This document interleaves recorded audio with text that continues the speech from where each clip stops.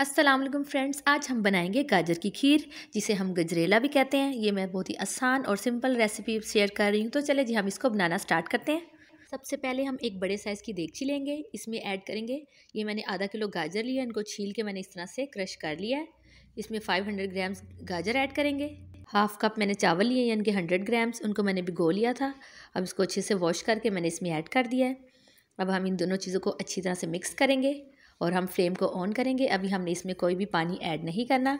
अभी हम राइस को और गाजर को कुक करेंगे। इसको हम अच्छे से ऊपर से कवर करेंगे और इसको हमने स्टीम में कुक करना है। और गाजर के पानी में गाजर भी गल जाएंगी और राइस भी। हम इसमें कोई एक्स्ट्रा पानी ऐड नहीं करेंगे। हम इसको गल जाने तक पका लेते हैं। तकरीबन 10 से 15 मिनट में ये हो जाएंगी। 5 से 7 मिनट के बाद हम इसको एक दफ़ा ढक्कन हटा के चेक करेंगे और हम इसको अच्छे से हिला लेंगे। इसकी साइड को चेंज करेंगे।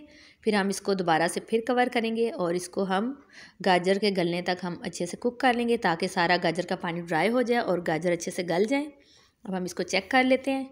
ये गाजर भी गल चुकी हैं और इसका पानी भी ड्राई हो चुका हुआ। अब हम इस स्टेज पे इसमें दूध ऐड करेंगे। इसमें मैं 3 लीटर दूध शामिल कर रही हूँ। दूध शामिल करने के बाद हम इसको फ्लेम को थोड़ी देर के लिए हाई करेंगे और इसको अच्छी तरह से मिक्स कर लेंगे और हमने इसको बॉयल आने तक हाई फ्लेम पे इसको कुक करना है। और ये गाजर की खीर बहुत ही ज़बरदस्त और बहुत ही मज़ेदार बनती है। अब मैं इसमें ऐड करूँगी 5 से 6 अदद सब्ज़ इलायची। अब हम इसको बॉयल आने का इंतज़ार करते हैं। इसको बॉयल आने तक हम इसके पास खड़े रहेंगे। दूध की तरह अगर आप 1 मिनट भी साइड पे हो जाएंगे तो ये उबल जाएगा और आपका सारा चूल्हा ख़राब हो जाएगा। इसलिए आपने इसके पास खड़े रहना है बॉयल आने तक। जब इसमें बॉयल आना स्टार्ट हो जाएगा तो हम इसको फ्लेम को मीडियम पे करेंगे और फिर हम बेशक थोड़ी देर के लिए साइड पे भी जा सकते हैं, लेकिन आपने थोड़ी थोड़ी देर के बाद इसको इसमें चम्मच आपने चलाते रहना है। इसको हमने मीडियम फ्लेम पे आधे घंटे के लिए कुक कर लेना है। आपने इसको तब तक पकाना है कि इसका दूध सारा ड्राई हो के ये थिक हो जाए। तो आपने थोड़ी देर के बाद इसमें चम्मच चलाते रहना है। अगर आपने इसको छोड़ दिया ऊपर रख के भूल गए तो फिर आपका सारा चूल्हा भी ख़राब हो जाएगा। तो आपने थोड़ी थोड़ी देर के बाद इसको चेक करते रहना है। इसको अकेला बिल्कुल नहीं छोड़ना, इसके पास ही रहना है। अब ये थिक होना स्टार्ट हो गया हुआ है।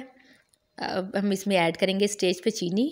और चीनी आप अपने टेस्ट के हिसाब से ऐड करें, कोई ज़्यादा खाता है कोई कम।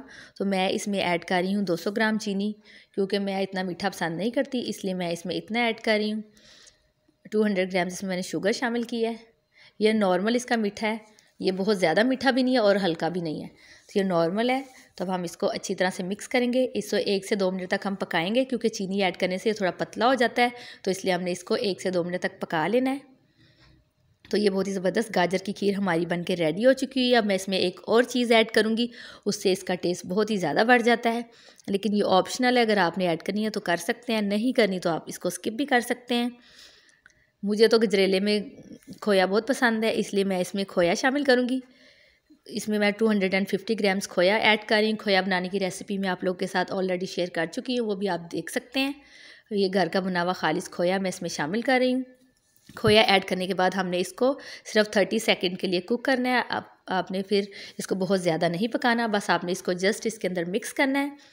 और ये बहुत ही ज़बरदस्त गजरेला हमारा बन के रेडी हो चुका हुआ। मैं इसको डिश आउट करती हूँ और बहुत ही गर्मा गर्म लजीज सर्दियों के मौसम में गजरेला बन के तैयार हो चुका है। इसको गर्मा गर्म भी खा सकते हैं, इसको हम ठंडा करके भी खा सकते हैं, ये आपकी अपनी चॉइस है। आप इसको ड्राई फ्रूट्स के साथ ऊपर से डेकोरेट भी कर सकते हैं।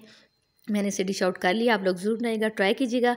इंशाल्लाह फिर मिलेंगे किसी नेक्स्ट रेसिपी में। स्टे सेफ, अल्लाह हाफिज़। Thanks for watching my video. आप मेरे चैनल को सब्सक्राइब करें, लाइक करें एंड शेयर करें और बेल आइकन का बटन भी प्रेस कर दीजिए ताकि मेरी आने वाली हर वीडियो आपको सबसे पहले मिल सके। Thank you.